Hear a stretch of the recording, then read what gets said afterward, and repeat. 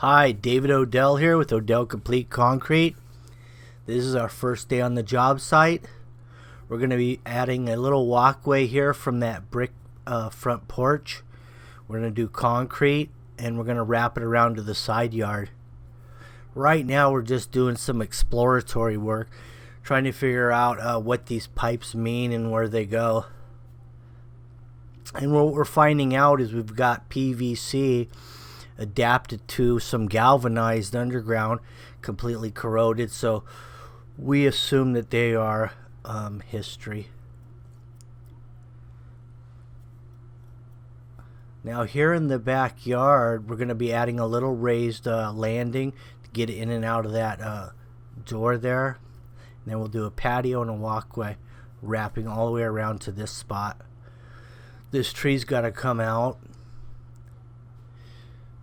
Too close to the house, too close to the new walkway, it's going to cause a problem. So we'll get it early while it's easy to get out.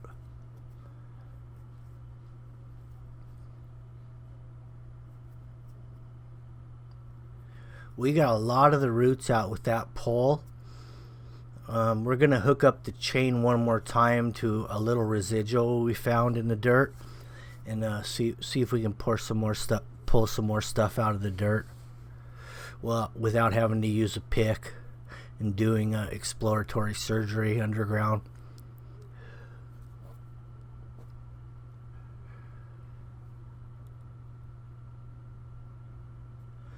Here we are in the backyard, and right now, visually, when I looked at this, I'm thinking, well, this whole property drains to the backyard. But I wanted to verify, what I seen and what I can do, because I'd rather have it sloped to the front, to be honest with you, since there's a block wall enclosing the backyard. The water's not going to go through it. I would prefer it to go to the street. So that's why I broke out the laser level here, just to figure out what I can do. And what I came up with is I can get about an inch slope from that back patio to this gate. And that's about 60 feet. But an inch is better than nothing. Basically what that means is that we have a low point where the water will flood over before it goes somewhere else.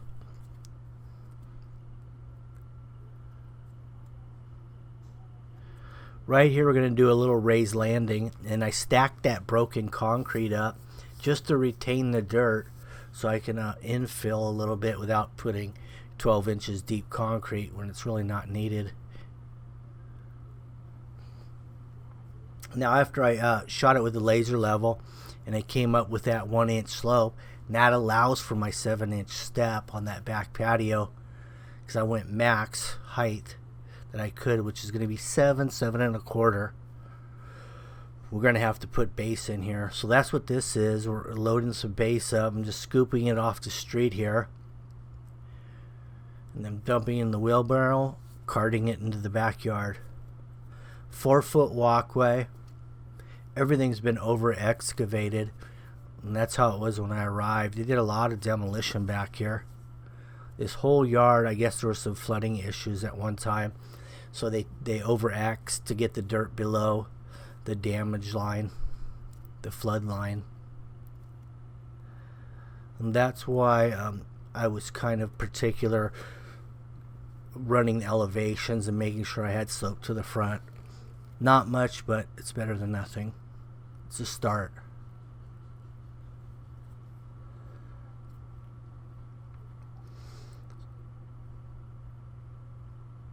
Right here we have a 2x6. And then, of course, that's really 5.5 inches. But if I put a hand float under it, we're close to 6.5. Maybe 6, somewhere in that vicinity.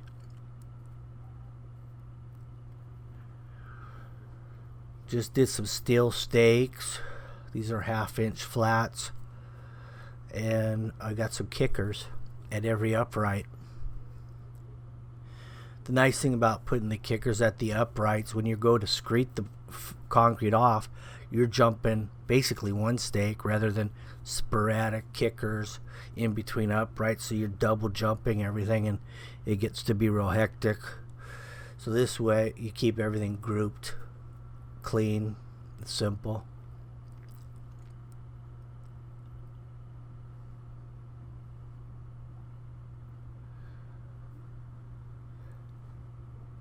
I had to rummage up all the 2x4s I had laying around my yard.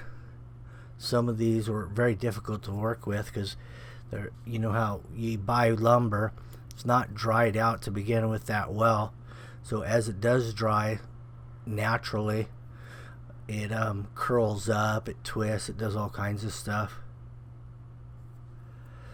Very difficult to work with. What I do in a lot of situations with my wood, when I come into stuff that's twisted, bowed, I'll end up cutting. I'll take my skill saw, I'll take and set it at about a 3/4 depth, and I'll just start ripping the back of 2x4s every 12 inches all the way down, so I can twist the 2x4 to get it where I want it.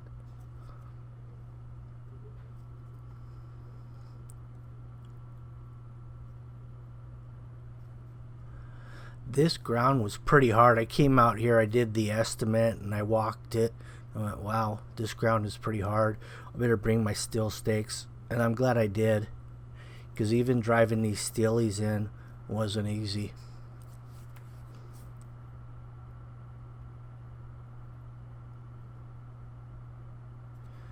I would have liked to take that chunk of concrete out there over the top of that vinyl.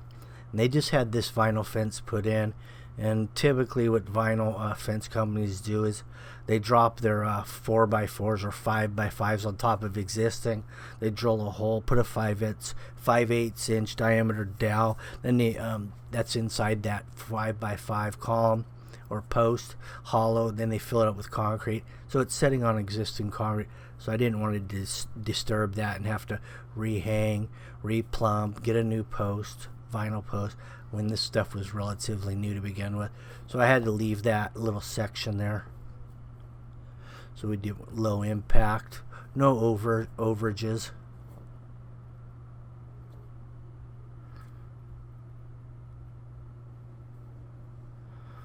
We drilled into the porch here with the 3/8 hole and then pile drived them. So it's a tight fit basically. There's your 45 bars off the corner. We just kind of spaced this. We could have got away with 3 in there, squeezed them in, but on a narrow walkway, 2's enough. Here we are on pour day. And I'm really liking that C3250 PSI, so I went with that again. And this was the same company, Bender Concrete, but a different batch plant out of Gardena rather than their other plant in Santa Ana. And the mix, the C3250 was a little different here. It was a lot richer, it seemed to be. More like a 5500 PSI, I would say.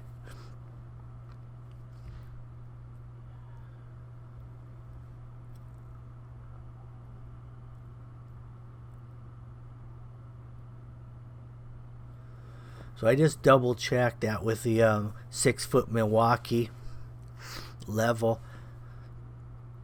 That way we cut a weddy off of the house, parallel to the house, and then we just perpendicular off of that with the short rod.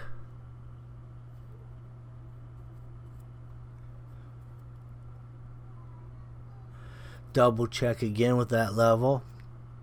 It's a lot easier to check everything while it's wet than the next day. The next day it's too late.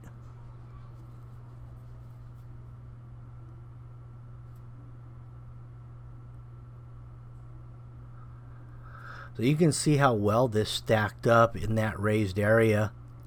If this wasn't that 3250C, which means no fly ash, no cement substitute, it really stacked up well. You could probably stack this up, I mean, as high as you wanted, really, the way it's going off.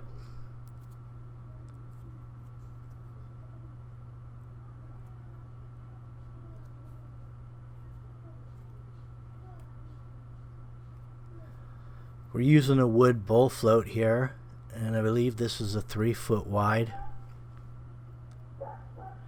And you can see the top of that wood bowl float is all oiled up. That's just easier to keep clean. No oil on the bottom of that bowl float though, because your first couple passes would leave some oil residuals on the concrete, so you don't want to oil the bottom of them. We got Big Al's Concrete pumping out of Corona, doing the pumping here. And we're in Gardena.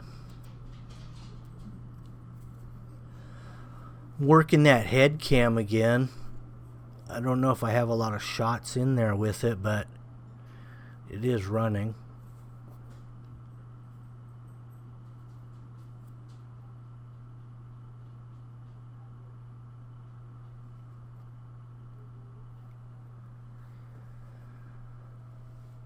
So what we did here is we rotted half of that off, bowl floated it because there's a wall right behind us.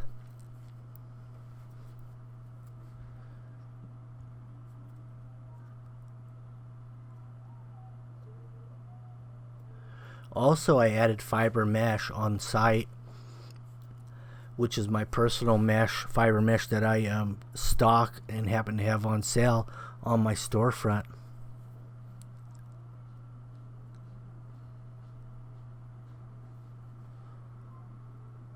What the fiber mesh does really is it prevents shrinkage cracks. It does that, and it really holds it together so that when the next day you can saw cut it without getting any spalling on your cuts. Although we're not doing any cutting here, but it does allow me to strip that step face a little bit earlier than you normally would, because it's hanging together with everything out throughout the concrete. Cantilevers it works well for as well. This is a 3 foot 2.5 inch deep cutter, just kind of bouncing off the rebar. And I'm just eyeballing these square, you know. We did do a layout for distance, so we get accurate, you know, measurements on each section being equal. But as far as square goes with the form, what I found a lot of times is most tools are made square to begin with. So if you just use the tool that you're using as a square, then it's square. Like for instance, say the plate of a skill saw, well, those plates are square with the blade. You can use that to start off your cut with, off of something, to get it rolling in the right direction. A lot of things are that way.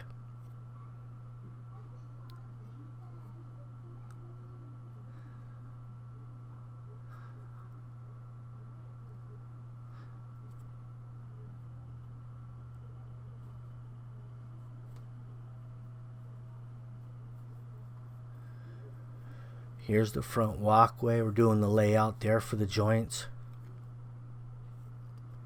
There was really no downtime from start to finish on this job. No bleed water to speak of. None that I could see. So we went straight from the lay down and bowl float, went right back on it with the follow-ups. Big blue, funny float, trowel, but not necessarily in that order. Now we're back. I'm back here. Just stripped the face of this step. And this concrete, the actual mix design of it is so creamy that it really takes the work out of it.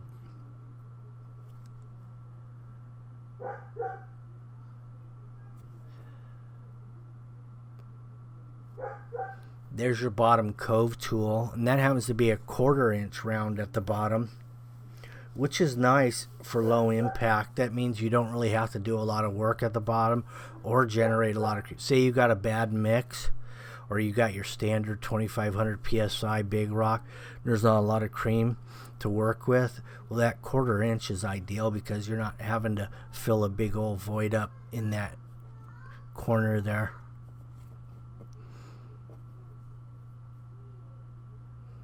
You could have put a bigger radius you want. You could have put a 3/4 cove in there and it would have been no problem with this particular mix. However, So I don't know if you noticed, but we're using this. These are some head cam shots right here. This is on top of my head. Even running that 2-inch cutter, that was the head cam.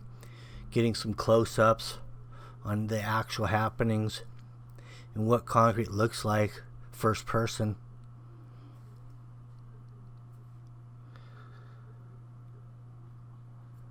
And let me know again what you think about the head cam. So far I'm getting some positive feedback on this head cam setup.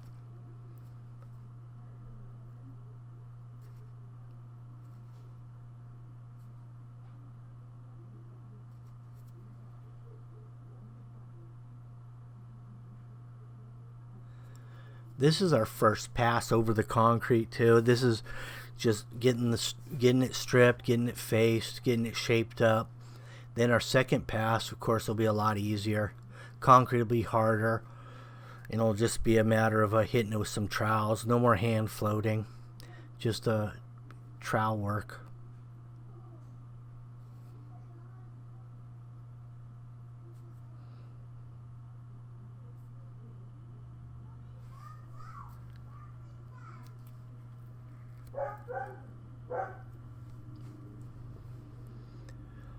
So I have the wood hand float there, kind of worked up the cream, spread it around, filled the voids, and wiped it down with that 20x5.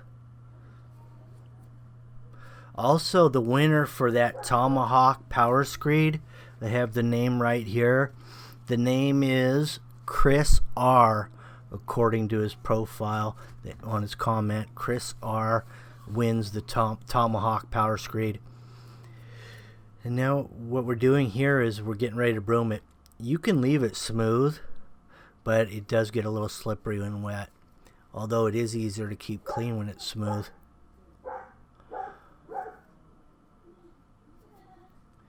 And this broom is 50% nylon, 50% horsehair. My favorite broom for residential.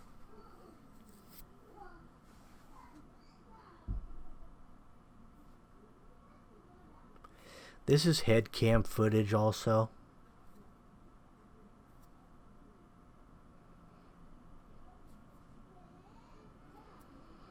Even though we ran that 2.5 deep straight edge 3-foot long cutter for those joints, we followed it up with a 3/4 deep 1/2 inch radius, so you don't have the big trippers.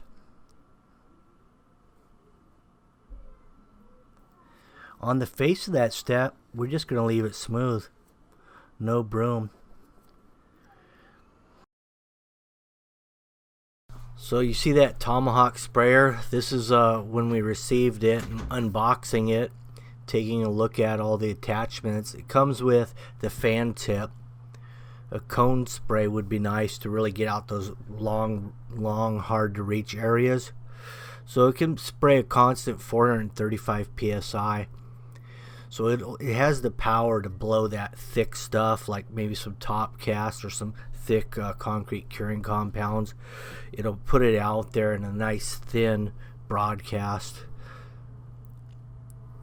So we're gonna fire this thing up, see what it can do, and do a little test run. Also, you've probably seen it in the last few videos. I've used it on a few of my videos now. Seems to have the power to get it done. And you're blowing a lot out there real quick, so you don't have to mess around. You can get a lot of area covered in a short amount of time. So this is the tool I was talking about giving away. In order to get into the contest to get this, the key phrase will be, "I want the Tomahawk concrete sprayer." Also, you have to subscribe, like, and you have to comment, of course, the key phrase. Then you're automatically entered into the drawing. Then I randomly pick a person through the Google randomizer. Then we'll go from there. Tomahawk will mail it out direct. Here's some of the parts it comes with. A few mechanical parts here to do a little odds and ends, spark plug, and some other tightening some of the fittings and stuff. Here's the sprayer itself, and you can dial in that throttle depending on how hard you really want it to spray out.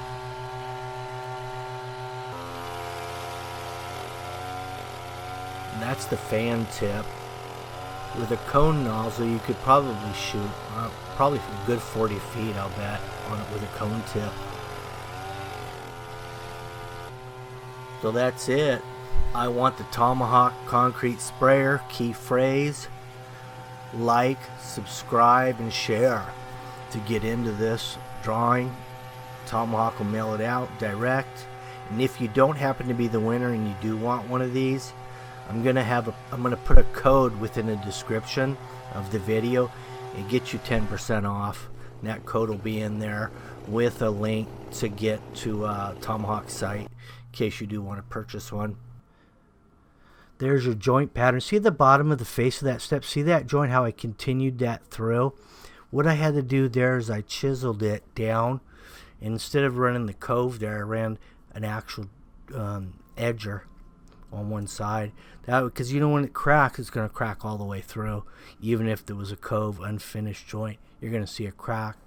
So when you get to those bottom of stairs cases, bottom of faces, that's where it's going to crack anyway. So it's better just to put a joint there.